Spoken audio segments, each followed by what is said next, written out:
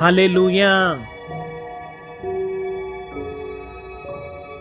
యోబు తన యొక్క విశ్వాసములో తనకున్న సమస్యలన్నింటిలో విమోచించగలిగిన దేవుడు అని ఒక నిశ్చయతను మనకు తెలియచేస్తూ, ఆయన కొరకు నేను కనిపెట్టుకొనెదను అని తెలియచేస్తూ ఉన్నాడు.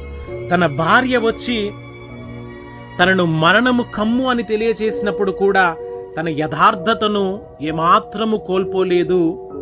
ఇదిగో, నోటి మాట చేతనైనను ఆయన పాపము చేయలేదండి.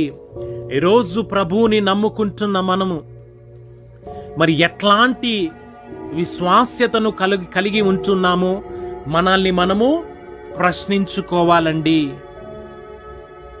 ఈ రోజున యోబు వలె మనం యథార్థత విషయంలో ఈ లోక సంబంధమైన పాపమునకు దూరముగా ఆయన నిమిత్తము కనిపెట్టుకున్నట్లయితే యోబు జీవితంలో రెండంతల ఆశీర్వాదాలు కలుగజేసిన దేవుడు ఈరోజు మన జీవితములో కూడా రెండంతలుగా దీవించడానికి చాలిన దేవుడుగా ఉంటూ ఉన్నాడు. ఎందుకంటే ఆయన సజీవుడైన దేవుడుగా ఉంటూ ఉన్నాడు అని తెలియచేయడానికి నేనెంతగానో సంతోషిస్తూ ఉన్నాను.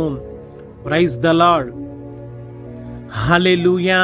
కనుక అలాగున మనల్ని మనము ఆ సజీవుడైన దేవునికి సమర్పించుకుంటూ ప్రార్థన చేద్దాం. దేవానికి స్తోత్రం, స్తోత్రం, స్తోత్రం, స్తోత్రం, స్తోత్రమయ్యా.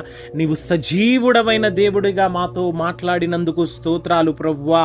అయా, మృతులు నిన్ను ఏమాత్రము స్తుతించరు, కానీ సజీవులే నిన్ను స్తుతిస్తారు తండ్రి. స్తోత్రాలు.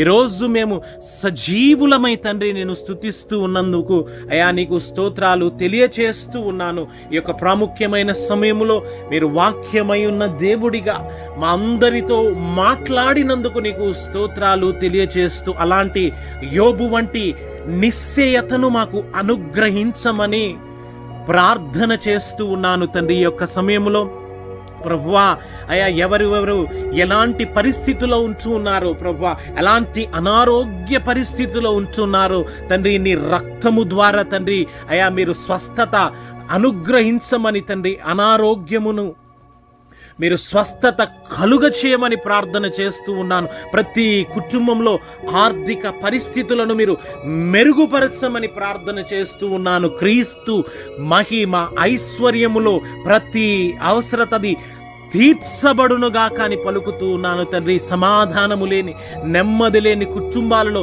సమాధానాన్ని కలుగ